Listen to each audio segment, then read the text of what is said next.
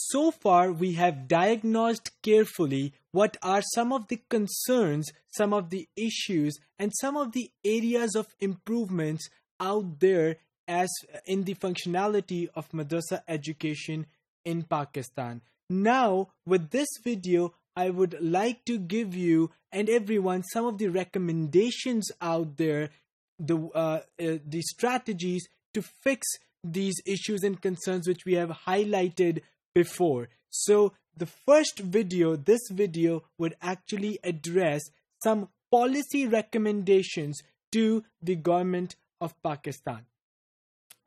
First recommendation is that the madrasa boards must be taken into confidence before any step of reform. Rather than general bureaucrats, the reform committee should include senior ulema amongst its members. Obstacles of bureaucracy for registration of Madaaris should be removed in the registration process. So what is this policy recommendation is? This policy recommendation says that the Madaaris needs to have the independence for the registration. The registration process needs to have a lot of access and the convenience on the Madaaris paths, and most importantly, all the reforms which the government set out to bring in the Madaaris related to curricula or related to funding or whatsoever, they need to take on board all the Wafaqs, all 5 Wafaqs, and they need to have the prominent religious scholars on board as well. The second recommendation is that the government should accept the lower level degrees, the Saanwiya Aaama and Saanwiya Khaasa, as equal to the formal educational system. This is very important. Why? Because if we will not give the accreditation or the true authority or the qualification to Saanwiya Aaama or Saanwiya Khaasa as the matriculation or the intermediate equivalents respectively, the graduates of madrasa education or the Madaaris out there would have a clear difficulty in continuing their education. Because of that, this equivalence is really important. The third recommendation is that the government should take measures to enhance and or rationalize the economic benefits available to the people of Madaaris and religious scholars. Now, this is very important. Why? Because this is if we know and if we want to keep the things the way most of them are. For example, madrasa education at the moment is catering to the lot of students of school going age in remote areas of Pakistan. We just cannot say no madrasa education, because then those students, and a majority of them, a lot of them, would not have any formal education whatsoever. So we need to understand that we need Madaaris education, and for that it is important that we give the monetary benefits, the financial benefits to the people who are involved in that. And with the benefits, what do I mean? I mean that whatever services, whatever efforts they make to make the madrasa education a quality education platform for the students, they are given the good monetary remuneration for that. They need to be paid well for their services. The government should take measures to provide comparable economic benefits to madrasa graduates and religious scholars, and provide opportunities of job to them in all departments. So what, in other words, what I'm saying here is that the students who graduate from Madaaris need to have the same type of stipend and treatment as any other graduate from any other educational system in Pakistan. Only then the sense of equivalence, the sense of equality would be developed among the systems and among the students more importantly. The fourth recommendation is that the Wafaqs should be affiliated with the Federal Ministry of Education or Federal Ministry of Religious Affairs. Despite the passage of 18th Amendment, the Madaaris preferred to remain part of federal government. Madaaris should also link with HSE, and all education grants should be distributed among Madaaris through it. See, what do we want? We want the government of Pakistan all these years have been wanting to bring the regulation, the monitoring, the accountability to the Madaaris. For that, it is really important that the entire madrasa education is channelized through the federal government itself, and there's a strong linkage of Madaaris or the madrasas out there with the Higher Education Commission, so that all the grants being given to it are also recorded clearly, and there is a good viable data for valid data for us to look at later on, so that all the decisions for future can be made rather intelligently and in an informed sort of way.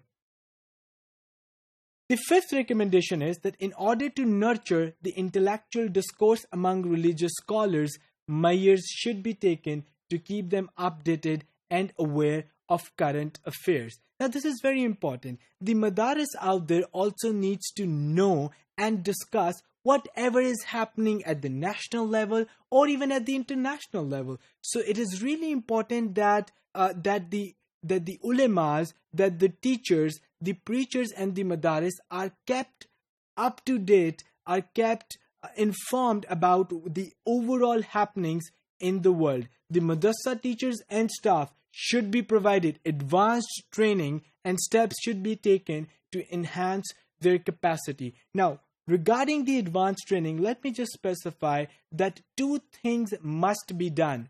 One, the training needs to be given on the content areas. So whatever these Madaaris teachers are responsible for, let it be religion, Islam itself, they need to know more and more about the research being done. A lot of new things which are being introduced, a lot of new perspectives which are being introduced to the religious teachings. The ulemas and the Madaaris official needs to be updated about it. And on top of that, the second thing which is very important is that the Madaaris teachers need to know how to teach. They need to have a good training of teaching. The Madaaris have to move beyond the rote memorization and cramming, because that is bearing no fruit whatsoever. So when we talk about the advanced training, we mean that the updated knowledge must be given at the continuous level, and in addition to it, the pedagogical training must also be given. The sixth recommendation is that the madrasa boards should be given the status of an independent examination board. By endorsing educational certificates of Madaaris as equal to other educational certificates, discrimination should be eliminated so that madrasa graduates could serve in government and private organizations, and that too on merit. The seventh recommendation is to improve working of the tangible and moderate Madaaris. Government should close illegal and ghost Madaaris. So, one thing is for sure, there got to be two actions.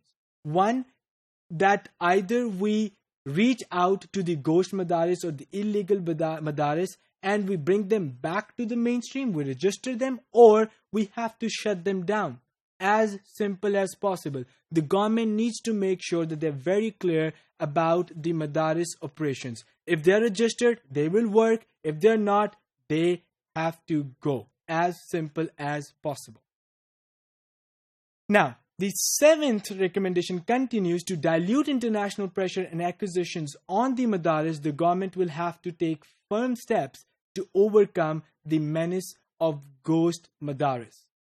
The eighth recommendation is there should be ban on the formation of new Madaaris without government permissions. The government should advise district administrations to check seminaries annually. So I think one of the things which is suggested here is that we need the decentralized regulation framework for the operations of madrasas in general. Although they have to be registered, they have to be monitored through the federal ministry, through the federal government itself, but the entire process needs to be decentralized so that all the madrasas in spread across the Pakistan, in the remote areas, in the marginalized areas as well, can get the right kind of check, can get the right kind of accountability done. There must be comprehensive mechanisms to check the illegal formation of Madaaris. Number 9.